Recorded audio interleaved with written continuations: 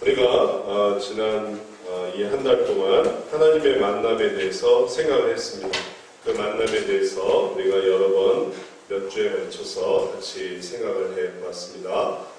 기억나실지 모르겠는데 엘리야 이야기도 했고 또 엘리사 이야기도 했습니다. 또 사환 이야기도 했고 그리고 지난주에는 베드로가 사람들에게 증거했던 그 회개하고 복음을 받으라 라고 했던 그 부분도 함께 생각해 보았습니다. 자, 이 여러 이야기들 중에서 여러분들이 이제 하나님의 만남, 하나님과의 만남, 이 만남에 대해서 기억나는 게 무엇이 있겠습니까? 단지 사건뿐 아니라 결론적으로 우리들에게 나타나는 것이 무엇이다 라고 말할 수 있겠습니까? 정말 우리가 하나님과의 만남을 사모하고 그 만남의 의미를 깨닫기를 원한다면 그것은 용서에 있습니다. 용서라는 것이 중요합니다. 우리들은 하나님과의 관계를 그저 이렇게 멀리 혹은 또 좀 이렇게 거리 있는 그러한 관계로 생각을 하고자 합니다. 그러나 하나님은 그렇지 않습니다. 하나님은 우리를 가깝게 대하려고 하십니다. 하나님은 우리가 그저 얼굴만 아는 정도로 있기를 원치 않으십니다. 하나님은 우리가 아주 친밀해지기를 원하십니다. 그리고 이렇게 하나님과 이렇게 친밀해지려고 하면 반드시 거쳐가는 과정이 있는데 그것이 바로 용서입니다. 이걸 너무나 쉽게 이렇게 하나님과의 용서 속에서 만나는 사람도 있고 그리고 용서 안으로 들어오면 놀라운 하나님의 체험을 받게 되고요. 그리고 그 속에서 하나님이 살아계시는구나, 하나님 나와 함께 하시는 것을 알게 되기도 하고 또 어떤 사람에게는 이 만남은 참 이렇게 거리가 있습니다. 그것은 용서를 넘어가지 못했기 때문에 그런 것입니다. 사람 사이의 관계에서도 얼굴만 아는 사람이 있습니다. 이름만 아는 사람이 있습니다. 그것도 관계죠. 관계가 없다고 할 수는 없지만 그것도 관계입니다. 그런데 관계가 더 친해지다 보면 어떠한 관계에 들어가려면 그 집에 놀러 갈 수 있습니다. 그 집에 놀러 가는 것, 그건 진짜 친한 관계입니다. 그저 사회적으로, 학교에서, 직장에서, 혹은 교회에서 알았다 하더라도 우리 집에 오세요 라고 한다는 건 진짜 친한 관계입니다. 그리고 그 집에 들어가면 그러면 어떻게 합니까? 들어가서 그냥 신발 신고 들어가나요? 신발 벗고 들어가죠. 신발이 만약에 깔창이 이만큼 있었다고 한번 해보세요. 그 깔창을 내려놓는 것입니다. 신발에 혹은 발에 냄새가 난다고 생각해보세요. 그러나 들어간다면 그것도 감수해야 하는 것입니다. 미리 양말도 갈아 신고 방문하기 전에 준비를 하겠지만 여하튼 신발을 벗고 들어가는 것입니다. 그럴 때 이제 모습이 더욱더 흉엄물 없이 그리고 집안에 들여오는 사람도 그 사람을 내가 내 집으로 들어온다 라고 할 때 더욱 기쁜 마음으로 여는 것이고 들어가는 사람도 기쁜 마음으로 나아가는 것입니다. 그런데 만약에 초대를 받았는데 신을 안 벗으려고 한다고 한번 해보세요. 신을 안 벗어요. 들어가려고 하는데 그럼 들어갈 수 있겠습니까? 초대를 받아서 이제 신을 벗고 들어가야 되는데 제가 신을 벗을 수가 없습니다. 신을 안 벗으려고 한다면 그럼 그 안으로 들어갈 수 없겠죠. 관계는 냉각될 것입니다. 신발 신고 들어가는 사람은 우리나라에서 도둑밖에 없어요. 도둑이 아니고서는 다 들어가려면 신발 신고 들어간다는 거예요. 도둑이 신발 벗고 도둑질하는 거 보셨어요? 예? 도둑이나 신발 신고 들어가지. 이삿짐 직원이 신발 신고 들어오더라고요. 그건 이제 다 내갈 거니까. 아니면 도둑이나 하여튼 세간살이를 가지고 갈 사람 아니면 신발을 다 벗는단 말이에요. 우리가 하나님의 관계도 마찬가지입니다. 우리가 하나님께 더욱 가까이 나아가려고 할 때 그저 아는 정도로 그치지 않고 더 친밀해지려고 할 때 우리가 넘어야 하는 길은 바로 용서입니다. 용서. 그러나 이것이 중요함에도 불구하고 많은 사람들은 하나님께로부터 용서를 받으려 하지 않고 내가 하나님을 용서해 드리려고 해요. 내가 교회를 용서해 주려고 하는 것입니다. 내가 참아주는 거예요. 교회에 문제가 많고 아주 험하다는 얘기 많이 들었지만 내가 구원을 받으려고 하니까 내가 용서한다. 내가 다 덮는다. 하나님이 잘못한 걸 따져보면 엄청 많지만 내가 하나님 용서해 드릴 거야. 내가 하나님을 용서해 드리려고 교회를 가기도 합니다. 그러나 그것은 진정한 관계가 아닙니다. 왜요? 내가 하나님을 어떻게 용서해드려요? 내가 하나님보다 높은가요? 그럼 내가 용서해 줄 수 있는 이 하나님이란 도대체 어떤 하나님입니까? 이게 진짜 하나님입니까? 가짜 하나님입니까? 의미가 무의미해지는 것이에요. 그래서 진정한 관계는 용서를 받는 데 있습니다. 그리고 용서를 받을 때 그때 그 하나님이 진정한 하나님입니다. 그런데 이러한 용서에 관한 이야기는 우리 듣고 싶어하는 얘기는 아닙니다. 우리나라에서 또 우리 현실 속에서 용서에 관한 이야기는 우리가 좀 더 꺼리끼는 얘기가 되고 있습니다. 그러나 이러한 이야기는 오래전부터 진행이 되어 왔습니다. 오늘 말씀 속에서도 바로 이러한 회개의 복음이 증거되고 있습니다. 우리가 만들어낸 게 아닙니다. 원래부터 그랬어요. 원래부터 복음은 회개하라라는 거였어요. 그리고 이러한 회개의 복음이 아주 초창기에 예수 그리스도 죽으셨다, 부활하시고 부활하신 다음부터 베드로에게 의해서 전파됐습니다. 그리고 얼마 전까지만 해도 우리에게는 회개의 복음이 있었어요. 자, 예전의 이 모습을 오늘 성경 말씀에 있는 나오는 모습을 한번 세어내 봅시다. 회개의 복음을 전파했을 때 반응은 딱 두 가지로 나뉘었습니다. 너무너무 간단한 거예요. 회개하라라는 말이 아니었다면 뭔가 좀 반응이 다양했겠지만 회개하고 죄사함을 받고 예수 그리스도를 믿어 구원을 받으라 라고 할 때 너무 반응이 분명히 있습니다. 베드로에게 바로 이러한 복음은 아주 구체적인 복음이에요. 이 복음은 바로 이스라엘 사람들과 이스라엘 관원들, 이스라엘 백성들과 이스라엘 관원들에게 전파됐습니다. 여기엔 이방인들이 없었어요. 이방인들이 예루살렘에 와서 베드로가 하는 말을 들을 수가 없는 거죠. 예루살렘 한복판에서 이제 펼쳐지는 것입니다. 그리고 예루살렘 한복판에서 이스라엘 사람들에게 펼쳐지는 이 놀라운 말씀, 이 말씀 속에 바로 그들은 이 회개의 복음을 받아들일 것인가 받아들이지 않을 것인가 결정해야만 하는 이스라엘 사람들만의 특별한 사연이 있었습니다.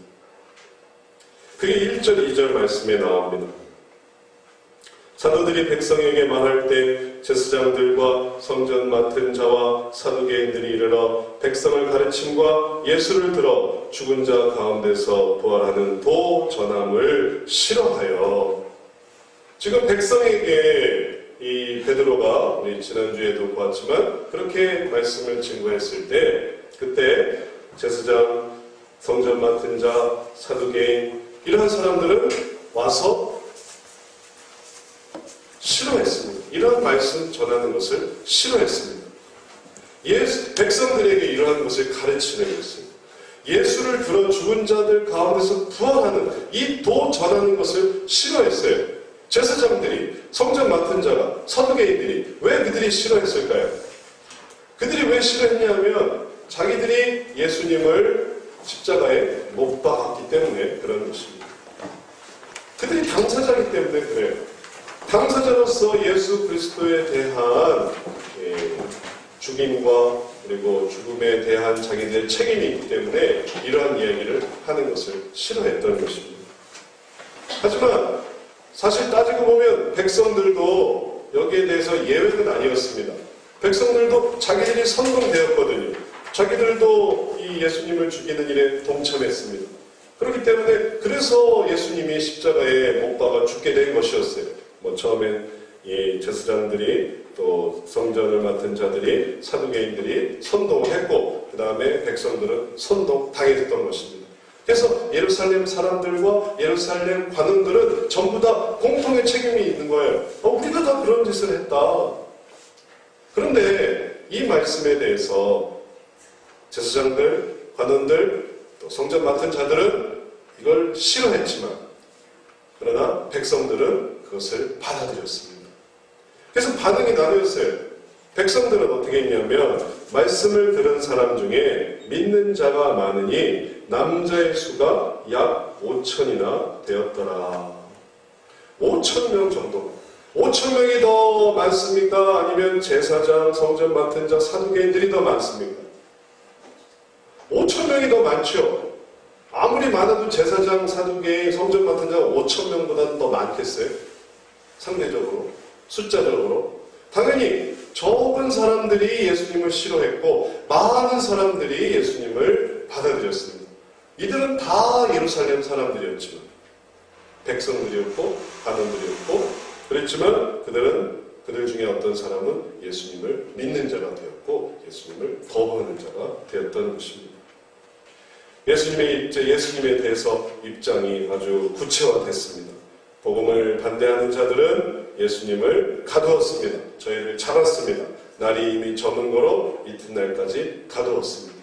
그리고 이전에 예수 그리스도를 못 박아 죽인 것처럼 또 사도들도 이 제자들도 뭔가를 어떻게 할 수 있는 그러한 권력을 가지고 그들은 목을 죄었습니다. 그러나 이 말씀을 들은 백성들 중에 예수님의 말씀을 받아들인 것이에요. 그리고 그렇게 받아들이면서 주님께로 돌아왔던 것입니다. 오늘날에도 이러한 회개의 복음에 대해서 받는 자가 있고 거부하는 자가 있습니다. 만약에 예수님이 그저 성인 정도로만 얘기되었으면 그렇게 아주 논란의 여지는 없었을 것입니다. 다 좋아하는 사람이잖아요. 예수님이 친근한 선생이었으면 또 이 정도로 되지도 않았을 것입니다. 예수님이 위대한 어떤 지도자였다고 해도 누가 거기에 이의를 제기하겠습니까? 다 그럴 수 있겠죠. 근데 문제는 예수님이 우리가 죽였다가 다시 살아나신 분이시라는 거예요. 그렇게 전파되고 있는 것입니다. 너희가 죽였다가 그러나 그분은 살아나신 분이다. 예수님은 그렇게 전파되고 있어요. 예수님은 위임 전에 이순신, 세종대왕, 그 다음에 또 석가모니 그리고 예수님이라는 어떤 위인 반열에 들어가는 정도로 끝나는 분이 아니고 그렇게 하는 사람도 있지만 그리고 예수님을 어떤 종교적인 철학자들 중에 한 사람으로 그래서 이 중동 지역에 이스라엘 사람들로 형성된 그런 히브리 문학을 일으킨 어떤 철학자로 놓는 사람도 있지만 한 번도 예수님은 그렇게 증거되지 않았습니다. 예수님이 증거될 때 너희가 죽인 사람들이다. 죽인 분이다. 너희는 그를 죽였다. 그가 죽는데 동참했다. 그리고 이제 그 죄를 회개해라. 회개하고 죄사함을 받으라. 이렇게 얘기되어진 것입니다.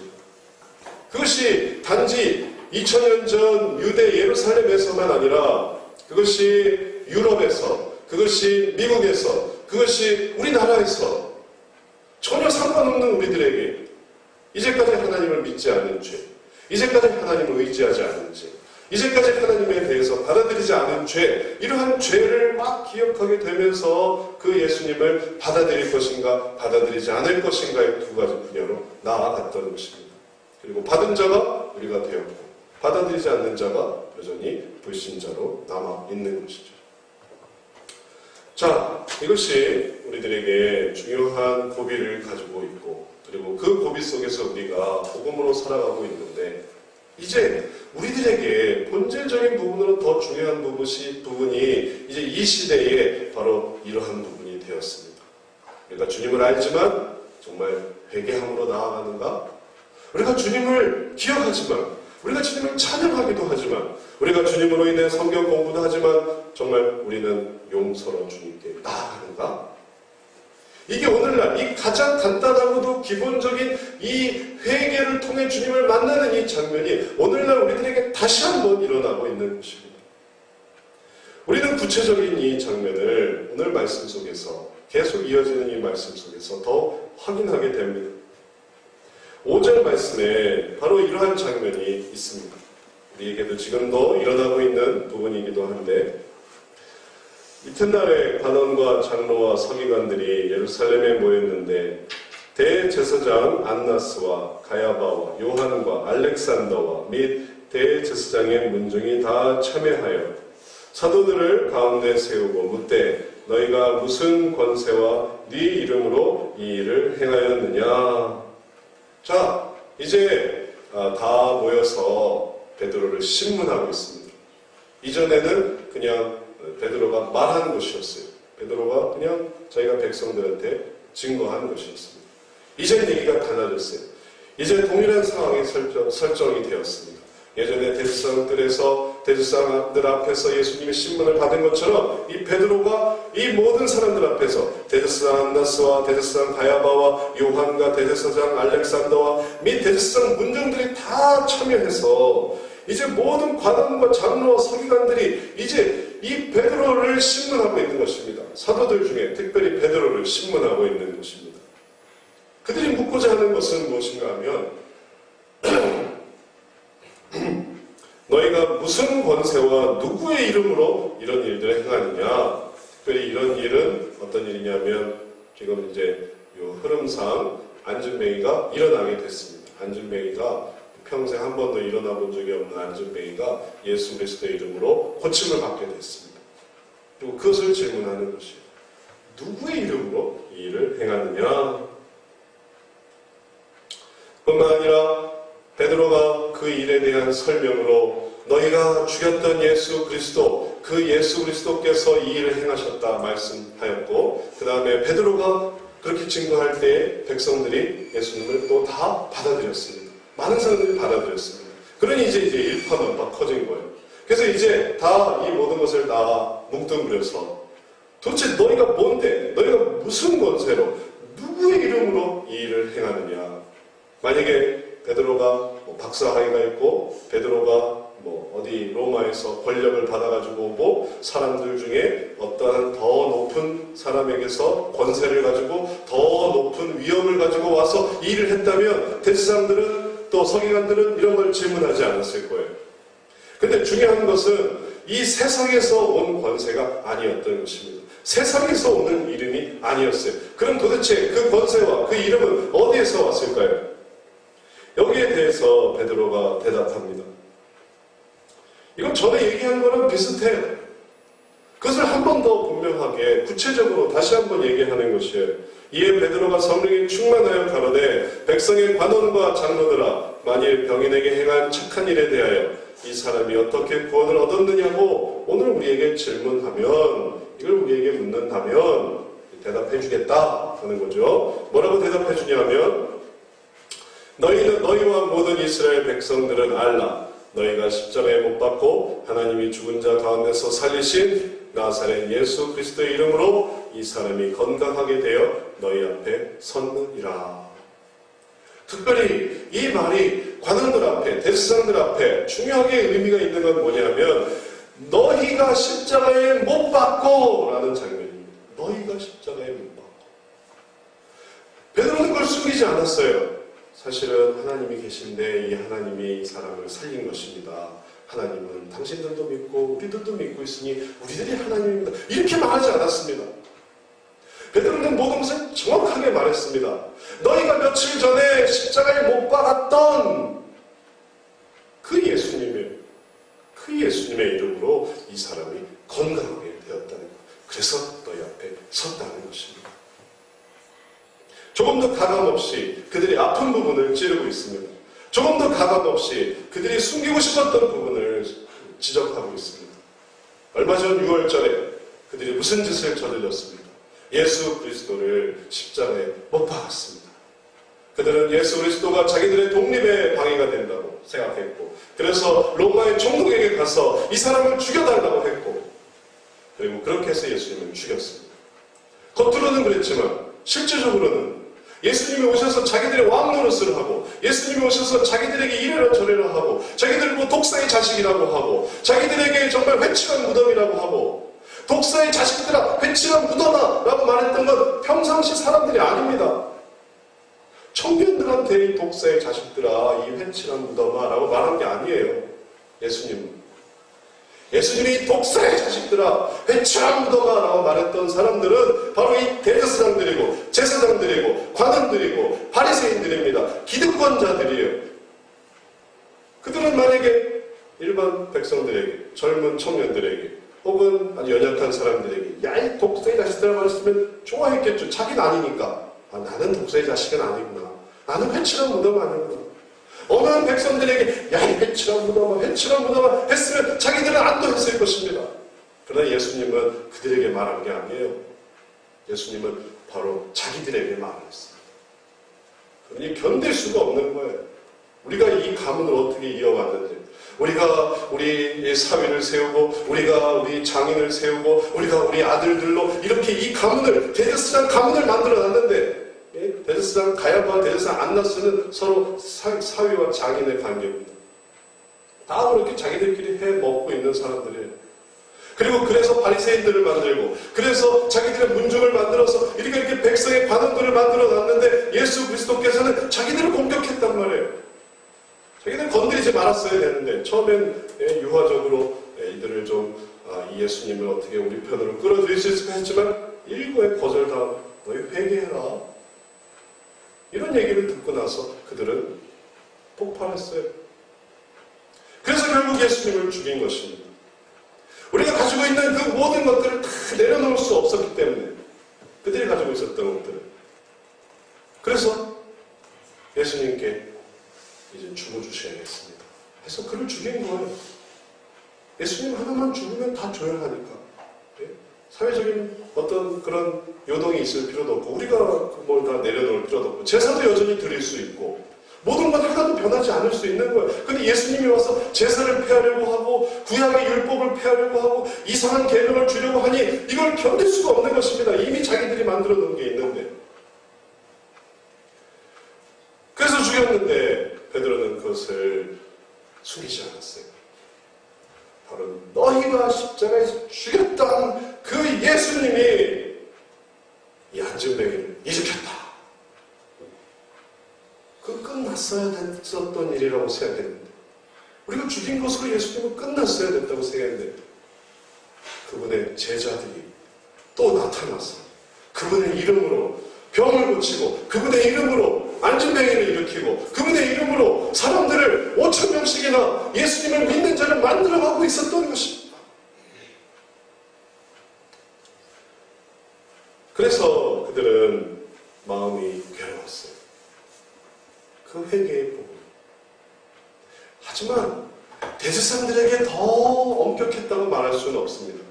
예수님의 베드로의 이 얘기가 베드로의 이 회개가 기득권자들에게 더 처절하고 기득권자들에게 더 뭐랄까 아주 가슴을 휘급하고 그리고 보통 사람들한테는 유하였다? 또 그렇게 말할 수도 없습니다.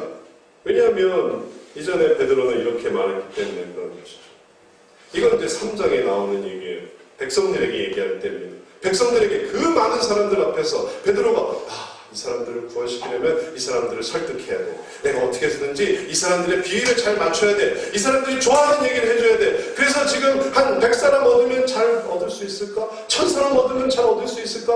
이렇게 얘기하고 복음을 전하는 게 아닙니다. 여전히 그 많은 백성들, 그 많은 사람들 앞에서도 사람들 앞에 서면 사람들이 얼마나 큰 권력을 차지하는지 아십니까? 어떠한 힘을, 세력을 형성하는지 아십니까? 앉아있는 사람들이 별거 없는 것 같아도 보던 사람이 별거 없는 것 같아도 그 사람들 앞에 서면 그 사람들을 즐겁게 해주고 싶은 마음이 있는 거예요. 분위기에 휩쓸리는 거죠. 그러나 베드로는 거기에 찬물을 끼얹어 버렸어요. 백성들에게도 쉽게 얘기하는 게 아닙니다. 너희가 거룩하고 의로운 자를 부인하고 도리어 살인한 사람을 놓아주기를 구하여 생명의 주를 죽였도다. 여기서 한마디라도 틀린 얘기가 있습니까? 또 한마디라도 강한 게 있습니까? 정확하게 그걸 얘기한 거죠. 너희가 선동당했다. 너희가 바라바를 내주세요. 바라바를 내주세요. 거기에 같이 스며들었다. 그래서 살인한 자 바라바를 받았으니 결국 생명의 주를 너희가 죽였다.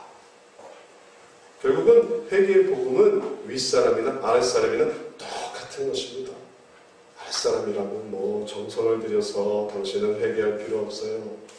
당신은 용서만 받기만 하면 돼요. 당신은 잘못하기 하나 없어요. 다 기득권 책임이에요. 말한 것도 아니고 기득권들에게 당신들은 참 잘하셨어요. 수고 많으셨습니다.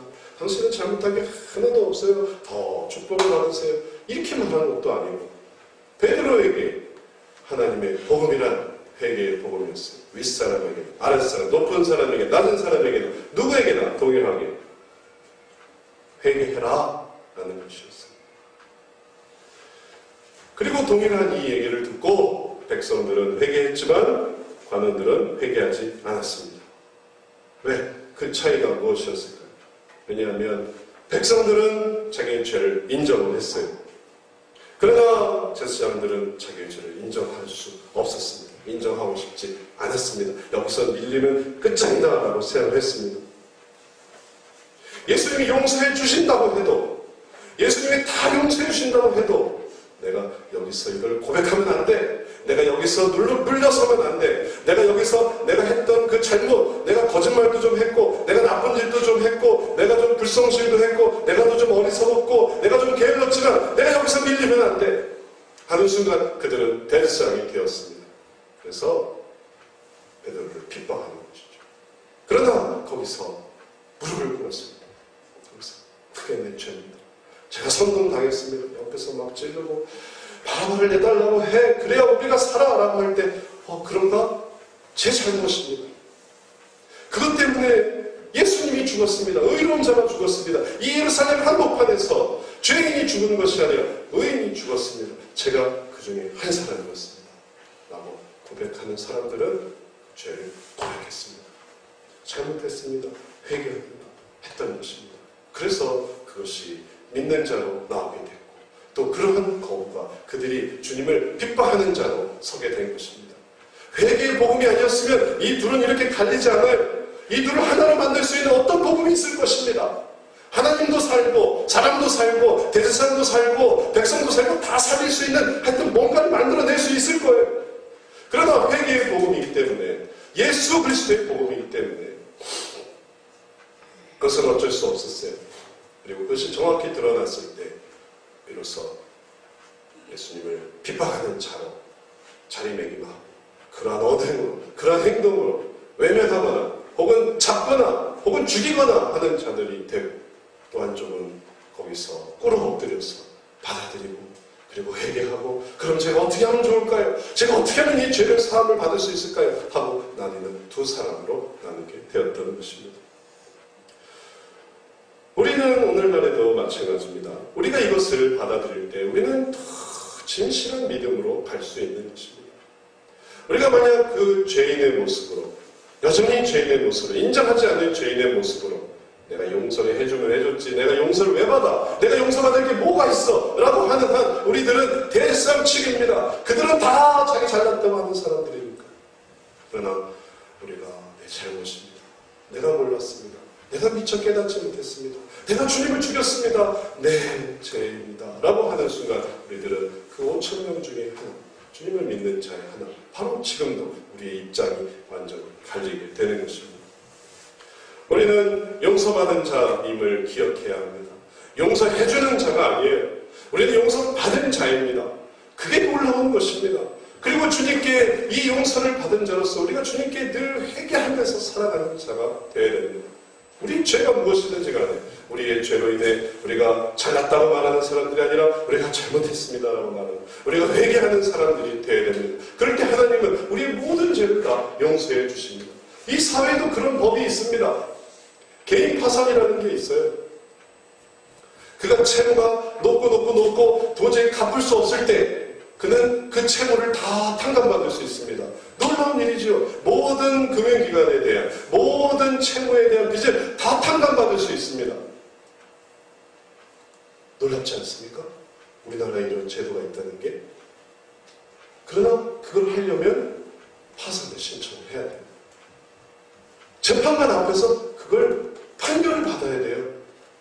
판결 받지 않고 내 모든 개인적인 채무, 내 모든 어떤 금융기관의 어떤 빚들, 대출금, 이 모든 것들을 갚을 수 없습니다. 해결할 수 없습니다. 반드시 재판 속에서, 재판장 앞에서 제가 파산을 신청합니다 라고 해야, 그래야 그가 파산이 되고 그리고 채무가 다 청산이 되는 거예요. 금융권에, 그러니까 현재적인 우리 삶 속에서 이런 일들은 이렇게 설명할 수 있겠지만, 우리가 죄의 값을 한번 생각해 보십시오. 하나님은 우리의 모든 죄의 값을, 우리가 갚을 수 없는 죄의 그 엄청난 부채들을 주님은 다 용서해 주셨습니다. 그런 제도가 있어요. 하나님이 만드신 제도예요. 그래서 하나님께는 우리가 지은 죄가 무엇이든지 간에 그 죄를 다 사해 주실 수 있는 거예요. 근데 그걸 받으려면 우리들이 해야 하는 건 뭐냐면 주님 앞에 회개로 나아가야만 합니다. 회개로.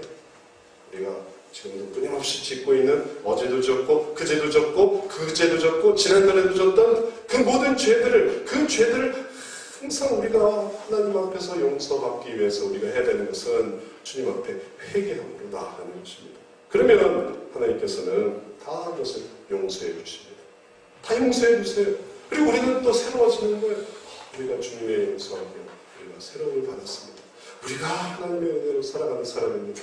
그 기쁨을 누리고요, 그 감사를 누리고요, 그리고 죄사함을 받은 자의 이 고백과 그 죄사함을 받은 자로서 이제 제가 주님을 위해서 어떻게 살아갈 수 있을까요? 라는 그런 뜨거운 열정을 가질 수 있게 됩니다. 회개함을 통해서. 이건 우리가 씻겨지는 것이에요. 우리가 깨끗하게 되는 것입니다. 그리고 그 속에서 하나님의 관계는 더욱 깊어져요. 한번 놀러가고 또 놀러가고 또 놀러가고, 주님의 집에 놀러갈 때마다, 주님의 집에 가서 교제할 때마다 우리는 신발을 벗고 들어가. 그게 너무 당연하고, 그럴 때 주님과 우리는 더 가까워지는 것입니다. 그러나 개인 파산은 이게 자존심의 문제라. 내가 차라리 죽으면 죽었지 개인 파산 같은 것은 내가 못하겠다라고 할 때 얘기는 달라집니다. 내가 차라리 동반작사를 하면 했지 내가 파산 신청은 못하겠다. 내가 그런 꼴을 당하면서, 그런 수모를 당하면서, 그렇게 되면 사실 금융거래가 다 정지되거든요. 카드를 만들 수도 없고 계좌를 만들 수도 없고, 예? 그런 꼴을 당하면서 내가 사느니, 내가 만약 한 번에 끝내겠다라고 할 때 그는 죄악으로 더 들어가게 되는 것입니다. 왜 잘못을 고백하지 못했습니까? 왜 그 잘못을 시인하지 못했습니까? 나의 자존심, 나의 명예, 내가 지키고 싶은 그 무엇, 그것 때문에 하나님의 방법이 있지만 그것을 이루지 못하고, 그럴 때 우리들은 더 죄 가운데로 들어가게 되는 것입니다. 하나님과의 관계에서도 마찬가지입니다. 하나님의 관계가 왜 이렇게 냉랭해요? 하나님을 알긴 알지만 그 하나님은 왜 이렇게 멀리 있습니까? 내가 지금까지 하나님을 믿는다 하면서도 왜 하나님께 뜨거운 마음이 없습니까? 왜 뜨거운 감사가 없어요? 그게 왜겠어요? 한 번도 그 집에 들어가 본 적이 없어요. 한 번도 나를 위해 죽으신 그 주님을 위해 눈물을 흘린 적이 없습니다. 감사해 본 적도 없어요. 내가 교회 가니 내가 가주는 거지. 나를 그렇게 바꾸기 쉽게 했던, 내가 우리 가족들을 위해 내가 가주는 거지. 내가 가고 싶어서 가나? 난 언제든지 지금에도 안 갈 수 있어. 내가 용서해 주는 거야. 내가 부탁을 들어주는 거야. 내가 천국도 내가 가주는 거야. 하도 가자고 해서. 그런 하나님은 냉랭합니다. 내가 하나님보다 높은데, 내가 하나님에 대해서 별 의미가 없는데, 근데 그 하나님께 엎드릴 수 있겠습니까? 은혜를 받을 수 있겠습니까? 더 안타까운 것은 오늘날 우리에게 전해지는 복음은 회개의 복음이 아니라 이 회개를 쏙 빼놓은, 용서를 쏙 빼놓은, 이제 제가 지금 방금 드린 말씀, 자, 우리가 이제 하나님을 용서해 드립시다. 우리가 용서해 주지 않으면 하나님이 누구에게서 용서를 받겠습니까? 라는 식으로 몰아붙이는 그런 복음의 설명이 크게 문제가 또 되는 것이에요. 얼마 전 20일에 미국의 한 유명한 어떤 목사님이 커다란 야구장에서 많은 사람들을 모아놓고 집회를 열었습니다. 그 집회 때 그 목사님이 한 얘기예요. 뭐라고 말하는가를 한번 들어보십시오. 이게 얼마 되지 않아 이제 우리나라에도 이제 찾아올 것입니다. 이렇게 말하는 사람들이 생길 것입니다. 이렇게 말하는 성도들이 생길 것입니다. 어떤 식으로든지 그런 것들이 영향받을 것입니다. 뭐라고 말하는가 한번 들어보십시오. 하나님께서는 그의 선하심을 구하는 자들에게 선을 베풀기를 기다리신다. 참 좋은 하나님이에요. 어떻게든지 선을 베풀기를 원하시는 좋은 하나님이에요. 그가 무슨 짓을 했던지. 우리가 하나님을 경외할 때 하나님께서도 항상 우리를 귀하게 여기실 것입니다. 어제의 독약을 오늘로 가져오지 말라. 어제 여러분이 했던 실수를 당신 자신이 용서해 줘라. 당신 자신이 당신을 용서해 줘라. 메시지는 이어지고 있습니다. 과거로부터 배우고 앞으로 나아가는 것 외에 여러분이 과거에 대해서 할 수 있는 것은 아무것도 없다. 과거는 잊어버리는 거예요. 내가 무슨 짓을 했든지 이건 다 잊어버리는 거예요. 그냥 앞으로 나아가는 거예요. 무슨 짓을 했든지 앞으로 나아가는. 하나님께서는 여러분에게 몹시 화가 난 분이 아니다. 여러분의 죄는 이미 용서받았다. 여러분이 해야 할 일은 다만 예수 그리스도를 영접하는 것이다. 이게 얼마나 우리들의 유혹을, 욕구를 자극합니까? 어떤 이단들이 말하는 것처럼, 예?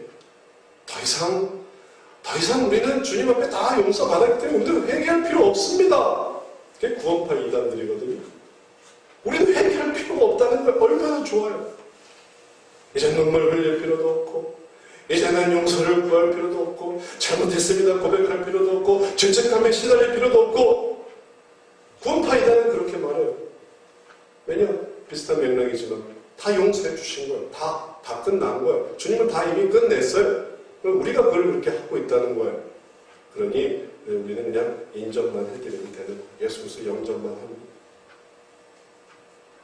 이 시대에 우리에게 이러한 복음이 증거되고, 변질된 복음이, 가장된 복음이, 거짓된 복음이 우리들에게 증거되고, 우리가 그것을 넙죽넙죽 받아들이면서 하나님과 우리들의 관계는 더 멀어집니다. 왜 냉랭하지 못할까? 왜 하나님을 위해 살지 못할까? 내게 사명 감당이란 왜 이렇게 먼 얘기일까? 왜 내게 성령 충만이란 왜 남 얘기처럼 들려줄까? 왜 그들이 느끼는 기쁨이란, 그들이 느끼는 희락이란, 그들이 느끼는 충만이란 왜 나랑 아무 상관없는 일일까? 이유가 있습니다. 다 이런 복음들, 거짓된 복음들 때문에 하나님의 회개, 용서, 내가 부족했던 부분을 깨달아가는 이런 부분들이 사라져버리는 것이에요. 참 그럴듯하게 우리를 속이고 있습니다. 그러나 하나님이 우리들에게 말씀하시는 것은 시편 51편 17절에 나와 있습니다. 하나님의 구하시는 제사는 상한 심령이라. 하나님이여 상하고 통해하는 마음을 주께서 멸시치 아니하시리이다. 상한 심령을 가지고 우리가 주님께 나아올 때 주님은 그를 용서해 주시고, 그를 멸시치 않으시고, 그를 붙들어 주셔서 그 은혜 가운데 너에겐 내가 필요하구나, 너 같은 죄인에겐 나의 은혜가 필요하구나, 너 같은 병자에겐 나의 의술이 필요하구나 하고 도와주시는 것이에요. 그리고 그 속에서 우리들이 새로워지는 것입니다.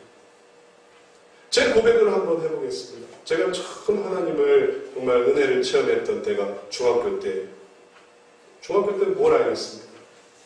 중학교 때 진짜 아무것도 몰랐어요. 근데 이제 교회에서 수련회를 하는데 그 당시에 전도사님은 자꾸 회개를 하라는 거예요. 회개를 해야 주님을 만납니다. 회개를 해야 주님을 만납니다. 회개를 해야 주님을 만납니다. 그 얘기를 들으면서 저는 그걸 정말 믿었어요. 회개를 해야 주님을 만나는 겁니다. 회개를 해요. 근데 뭘 회개를 해야 주님을 만날 수 있을까? 무슨 회개를 해야지?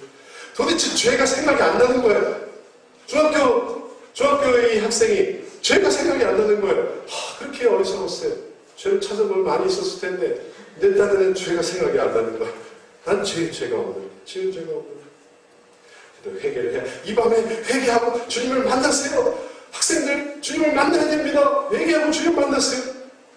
그래서 내가 주님을 만나고도 싶고 회개는 해야 되고 회개할 거 생각 안 나고 주님을 만나고 싶고 고민하다가 회개거리를 찾아냈어요. 아까 예배 시간에 졸은 게 생각이 납니다. 아까 예배 시간에 졸았어. 하나님, 제가 죄를 찾았습니다. 제가 졸았습니다. 제가 어떻게 하나님 말씀을 들으면서 졸 수가 있습니까? 하나님, 제가 바보입니다. 제가 거짓입니다.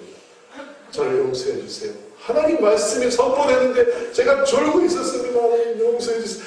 근데 놀랍게도 그렇게 회개를 하는데 눈물이 나는 거예요. 좋은 걸 가지고 회개를 하는데 눈물이 나는 거예요. 그래서 하나님은 나를 죽으셨는데 나는 주님의 말씀에 증거될 때 졸았어 용서해 주세요 하는데 정말 신기하게 속에서부터 물컥하는 게 올라오더라고요. 그러면서 막 속에서 막 떨리는 거예요. 속마음 더더더더더 떨리는 거예요. 그리고 막 하는데 그게 입술이 탁 바뀌더라고요. 그러면서 입에서 방언이 나오고, 그리고 입에서 방언이 나오면서 용서해주세요. 그러면서 방언을 하면서 용서를 받으며 방언을 하면서 그러면서 몇 시간을 이렇게 울었어요. 근데 그게 이상한 일이 아니었어요. 주변에서 다 그렇게 울고 있었으니까 다 울고 하여튼 뭔 죄인지 저는 졸아서 죄 지었지만 누구는 뭐 이렇게 죄가 많은지 울고 저도 그 중에 우는 사람이 한 사람이었고 하나님께서 저에게 그렇게 은혜를 주시는데, 그리고 이제 얼마 시간이 지나서 깼습니다. 눈을 떴어요. 이제 또 이제 너무 이제 자야 되니까, 수레에게 자야 되니까 진정하라고 전사님이 진정시켜서 진정을 하고 딱 나왔어요. 기도실에서 딱 나왔어요. 딱 나와서 나무를 보는데 나무가 반짝반짝반짝 있는 거예요. 전 그 얘기를 전에도 들은 적이 있어요. 은혜를 받으면 세상이 반짝반짝반짝한데, 근데 저는 그게 뭔지를 몰랐는데 경험해보니까 정말 세상이 반짝반짝반짝 하더라고요. 그렇게 울면서, 그렇게 회개하면서, 내가 이렇게 더러운 게 씻겨졌구나. 그러니 하나님이 지으신 세계가 얼마나 감사하고, 하나님이 지은 세계가 얼마나 빛이 나는지 오랜 시간 동안 잠을 못 이뤘어요. 잠을 자긴 했지만, 결국은 잠이 들었지만, 하여튼 잠이 쉽게 이루어지지 않았어요. 너무 세계가 밝아서 신기하더라고요. 세계가 바뀐 게 아닙니다. 내가 바뀌었어요. 제가 바뀌니까, 저의 어두움이 바뀌니까, 하나님은 나한테 뭐 죄 졌고, 하나님은 나한테 무슨 죄 졌고, 내가 용서해 드려야 돼. 그래, 용서하지 않으면 어떻게 돼? 이런 자세가 아니라, 하나님 제가 용서를 구합니다. 저를 용서해 주세요. 저를 회개해 주세요. 회개시켜 주세요. 저를 죄를 사해 주세요. 할 때 하나님이 저를 시켜 주셨습니다. 우리들에게 하나님을 만난다는 것은 예전이나 지금이나 동일해요. 비록 복음이 이렇게 변질되어지고 있지만, 그러나 결국 우리들에게 나타나는 것은 동일합니다. 그러지 않고는 구원을 얻을 수 있는 이름을 주신 적이 없단 말이에요. 진정한 구원은 바로 용서를 받아 주님과 함께하는 것입니다. 그것이 진정한 구원입니다. 그래서 오늘 베드로가 말한 이 부분에 정말 중요한 의미가 있습니다. 너희와 모든 이스라엘 백성들은 알라. 너희가 십자가에 못 박고 하나님이 죽은 자 가운데서 살리신 나사렛 예수 그리스도의 이름으로 이 사람이 건강하게 되어 너희 앞에 섰느니라. 이 예수는 너희 건축자들의 버린 돌로서 집 모퉁이의 머릿돌이 되었느니라. 예수님은 어떠한 자였습니까? 예수님은 세상 사람들이 자기 집을 짓기에 별로 만족스러운 돌이 아니었어요. 자기 건축자들에게 있어서 예수님은 버려지는 돌이었습니다. 이런 돌로 내가 뭘 할 수 있겠어? 내 집을 지으려고 할 때 예수님이라는 돌은 하나 쓸모가 없는 거예요. 왜요? 예수님은 내가 하고 싶은 일을 못하게 하니까. 내 집은 내 즐거움과 내 행복과 내 모든 시간 활용과 내가 할 수 있는 많은 것들을 지어야 되는 그런 집인데, 예수님이라는 돌은 우리들에게 별로 그 모든 것을 다 못하게 만드는 돌이란 말이에요. 그래서 건축자들을 버립니다. 너희 건축자들은 그를 그렇게 버렸어요. 그러나 이 돌은 뭐가 되었습니까? 집 모퉁이의 머릿돌이 되었어요. 집은 무슨 누구의 집입니까? 이제 더 이상 그 집은 내 집이 아니에요. 그 집은 하나님의 집입니다. 하나님의 집의 모퉁이 집의 머릿돌이 되었어요. 그 머릿돌을 통해서 하나님의 집이 지어진 것입니다. 이제 이것 외에는 하나님은 다른 이름을 주신 적이 없습니다. 다른 이들로서는 구원을 얻을 수 없나니 천하 인간의 구원을 얻을 만한 다른 이름을 우리에게 주신 일이 없습니다. 우리 다 믿고 있는데, 무슨 얘기하는 우리 다 믿고 있는데, 우리 다 그 이름을 받고 있는데, 여러분, 이 이름의 진짜 의미를 잘 모르시는 거예요. 이 이름의 진짜 의미는 우리가 죽였다가 살아나신 그 이름이에요. 우리가 그것을 고백해야만 합니다. 내가 예전에 예수님은 나랑 별로 상관없는 사람이라고 생각했어요. 안전뱅이가 일어났는데 하나님이 뭘 할 수 있겠어? 내 마음의 문제가 해결되는데 하나님이 뭘 할 수 있겠어? 내 이 갈급함이 해결되는데 하나님이 뭘 할 수 있겠어? 하고 버렸어요. 그래서 예전에 교회를 다니다가 교회를 안 다니게 되었죠. 지금도 교회를 다니고 있지만 그 이름을 받아들이지 않고 있죠. 그걸 고백하는 게 이 이름을 받아들이는 겁니다. 주님, 잘못했습니다. 주님, 회개합니다. 제가 이전에 그 되게 무시했는데, 예수님의 이름으로 새로워진다는 내가 되게 무시했는데, 예수님의 이름으로 남편이 바뀌어, 예수님의 이름으로 아내가 바뀌어, 예수님의 이름으로 문제가 해결돼, 예수님의 이름으로 내가 공부를 잘하게 돼, 난 그건 있을 수 없는 일이라고 생각하고 예수님을 제일 먼저 제껴놨지만, 그러나 이제 그 이름을 다시 찾는다는 것, 그건 회개한다는 거예요. 잘못됐다는 것입니다. 내가 어리석었다는 것을 고백하는 거예요. 주님, 제가 어리석었습니다. 용서를 구합니다. 용서해 주세요. 예수님이 내 구원이시군요. 예수님이 제 방법이시군요. 사람들은요, 특히 교회 사람들을 보면 어디 가서 믿음 더 크게 해가지고 오려고 해요. 참 지혜로워요. 여기서 예수님을 믿는 이름으로는 이게 성이 안 차는 거예요. 특별히 뭔가 특별 교육을 받고 와야만 내 믿음이 커지리라고 생각하는 거예요. 수련회를 갔다 와야만, 그래야 진짜 믿음이 커지지. 여기서 내가 예수님의 이름으로 의지한다는 건 이건 불가능해요. 내가 어떤 교육을 받아야만, 혹은 이 교회가 아니라 다른 교회에서만, 이 교회에서는 안 돼. 이 교회에서는 꽉 막혔어. 다른 교회에서, 다른 프로그램 통해서, 다른 경험 속에서. 그러나 결국 알게 되는 건 예수님, 그 예수님이에요. 그때 비로소 내가 예전에 만났던 그 예수님이구나 라는 것을 깨닫게 될 것입니다. 왜냐하면 주님은 다른 이름을 주신 적이 없어요. 회개 이외에는 내가 죽였던 그 예수님, 그 예수님을 고백하고 회개하는 것 이외에는 구원을 줄 수 있는 이름을 주신 적이 없습니다. 그러니 그건 결국 이리 도르나 저리 도르나 나갔다 오나 이 교회를 다니거나 저 교회를 다니거나 결국 따지고 보면 그 예수님 앞에 서게 되는 것입니다.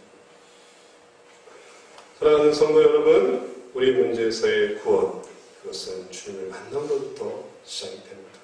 그게 마음의 문제, 몸의 문제가 다 그렇게 해서 이루어지게 됩니다.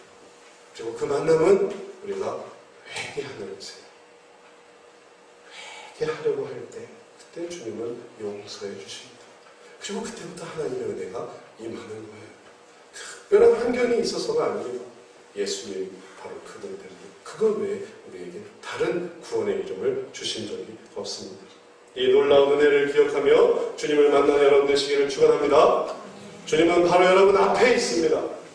여러분 바로 옆에 기다리고 계십니다. 여러분이 이제 내가 그걸 잘못했구나, 내가 그걸 잘못했구나 회개하며 기도하기를, 그때 주님을 용서해 주시고, 그때 주님은 여러분의 죄를 사해 주시고, 그때 여러분과 함께 해 주실 것입니다.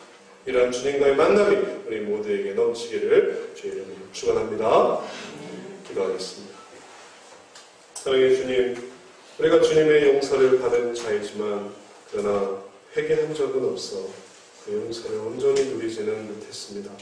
사랑의 주님, 이제 다시 주님 앞에 회개함으로 주님을 만나기를 원하오니 우리의 모든